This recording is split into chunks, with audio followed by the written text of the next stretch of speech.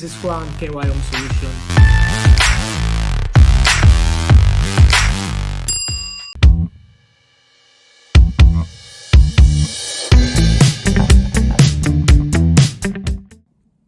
What's up everyone, welcome back to a new video. In today's video I want to tell you guys about how to be successful in your journey arriving to Canada. So I have a ton of people reaching out every day through our different social medias, emails and stuff, and they ask questions like how can I get to Canada, or what kind of immigration process should I follow, can you help me find a job, can you help me find a house, and you can tell almost like right away if the person inquiring is serious or if they are just messing around and like kind of thinking, oh, maybe it would be cool to move to Canada, but they have no idea yet, which it's fine. I understand it. I get it. It's okay. What is not okay is asking, like, the quality of the answer that you get. It's totally dependent on the quality of the question. What that means is today we have a ton of free information in many different languages about how to immigrate to Canada, and you can literally like watch YouTube videos and be part of Facebook groups and follow influencers and get all the answers that you need. The problem with that is that it takes time, right? Because you on average will need at least like 50, 60 hours of research and reading and watching videos in order to have an understanding and what are the ways for you to come to Canada. Understand what kind of profile do you have, because like you will hear a lot of people telling, oh, it depends on your profile, and they said that it sounds good, but what the hell does it mean? What kind of profile am I? Okay, in order to understand that, you need to start reading and watching content, and then say, oh, okay, that's the category I fit in. Okay, and then at that point say, perfect, there are many different provinces. There are so many different pathways that you can follow to arrive to Canada, but like every province is different. Every province try to attract certain types of people, and they have different immigration processes. So once you understand all of that, then you can start like planning accordingly.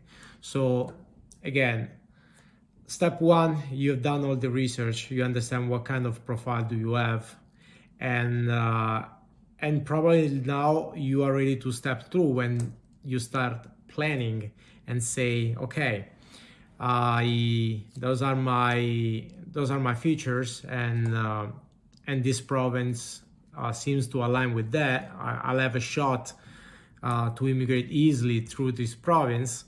I'm gonna start working on a plan.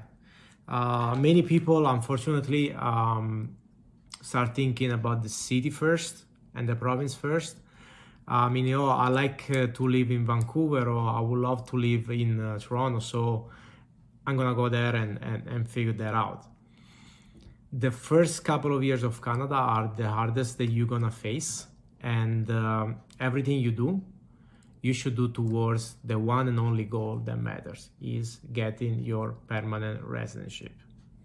So what I recommend and suggest you to do is do the opposite. So start with the goal that you have in mind, which is up here, is getting your PR, your permanent residency, and work your way up to that. Meaning, I would go to the province that is more friendly, according with my features and with my profile, and try to find the path of less resistance. And once I do achieve my permanent residency, then I go to the city that I like, okay? Because there's no point for me to move in all the way to British Columbia or to Ontario only to find out that I am, I don't know, 50 years old, and the chances for me to get a job opportunity or to get my PR in this province are almost zero. So yes, think about that before moving in your planning phase, okay? And finally, I think the third step, which is almost as important as the first one, is the execution. I know people for a fact that has been researching and studying about Canada for over a decade, and they're still in their countries. That's just stupid. Sorry. Like, you will never be 100% prepared. You will never be 100% ready. You will never be able to predict everything that is going to happen to you, because there are so many variables that many of them don't depend on you. There is the immigration agent that you can get to the border, you can get to the airport, and just look at your passport and say, yeah, you know what, I don't go with your face, refused, and they send you back. That can totally happen. So what you can do instead is like taking little steps, try to plan and have a checklist so you know which way you're going all the time, and try to make the best decision that you have with all the information that you gather. And don't be afraid to, if you had to take a step back, if you make a mistake, that happens to everybody.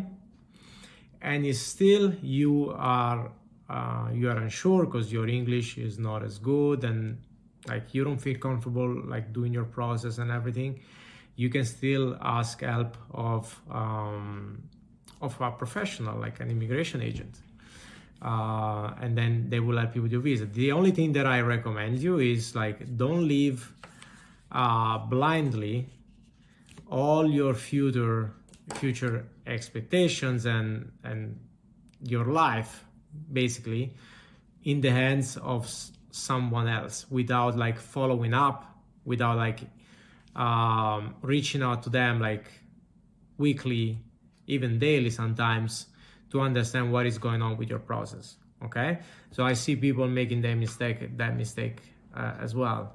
Oh yeah, the agent is taking care of it, the agency is gonna get me the visa, like, and I ask him question, okay, what kind of visa? Oh yeah, I don't know. Oh yeah, they said they're gonna get some, and that cannot happen. Like, you need to be on top of your process all the way and all the time. You need to know what is going on. That's the only way you will be successful. Okay, so guys, if you watched until here, once again, thank you so much. And please, if you can leave us a like and subscribe to the channel, that would be much appreciated. And thank you again, and see you at the next video.